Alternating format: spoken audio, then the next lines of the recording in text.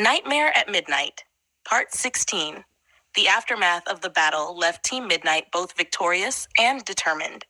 The circuit spinner loomed in the distance, a testament to the crackskull commander's ambition and ruthlessness.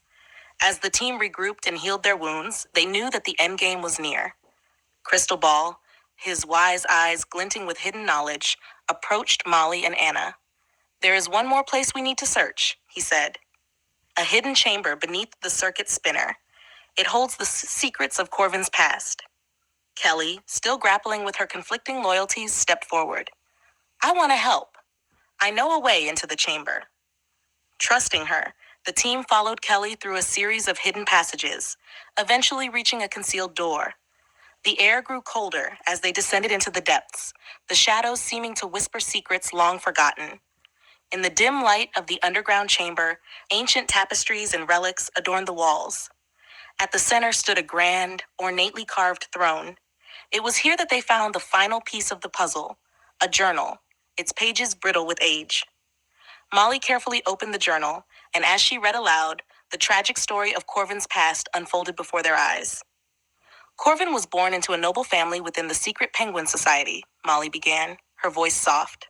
"His parents were wise and just rulers, beloved by their people, but their kingdom was not without enemies.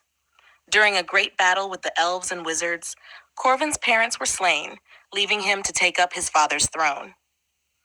Tears welled in Kelly's eyes as she listened. He was so young.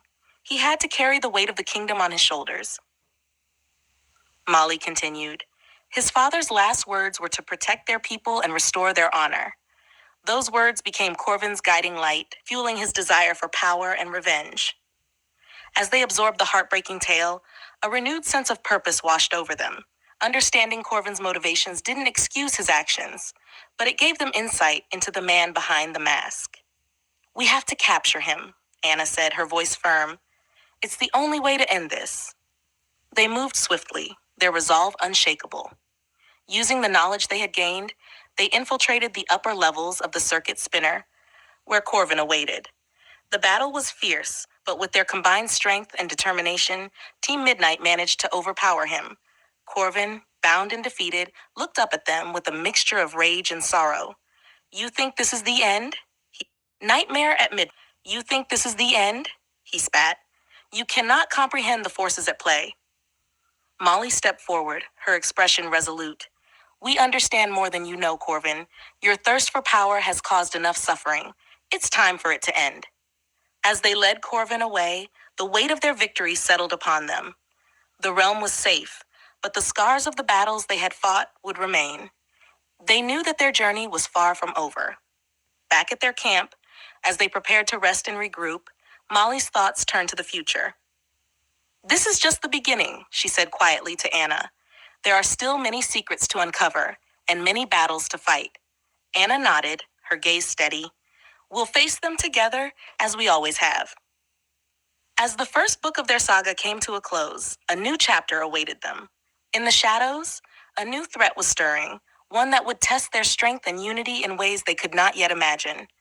The final page hinted at the challenges to come, a dark figure watching from the distance, eyes gleaming with malevolent intent. The fight was far from over, and Team Midnight would need every ounce of their courage and resolve to face the trials that lay ahead. Nightmare at Midnight, Part 17. The night was still as Team Midnight celebrated their victory, but in the depths of the circuit spinner, shadows moved. Kelly stood in the dim light, her expression torn. Her loyalty to her friends clashed with the pull of the commander, who, despite his defeat, still held a place in her heart. Unable to resist the pull any longer, Kelly made her decision. Under the cover of darkness, she slipped away from the camp, making her way back to the imprisoned Corvin.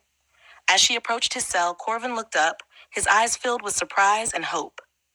"Kelly, you've come back." She nodded, tears streaming down her face. "I can't turn my back on you, Corvin. I know there's still good in you."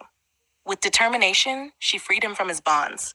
Together, they fled into the night, their fates intertwined once more.